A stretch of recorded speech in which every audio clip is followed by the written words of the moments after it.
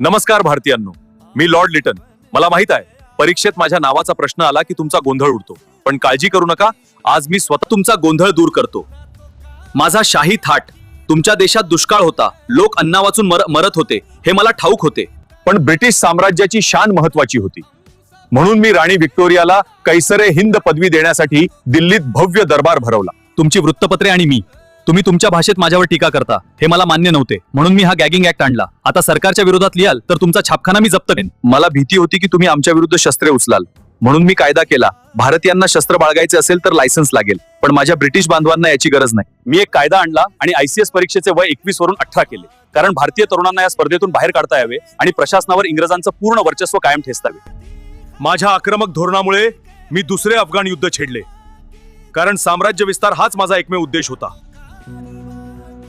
असेच व्हिडिओ पाहण्यासाठी चॅनलला लाईक करा आणि सबस्क्राईब करा.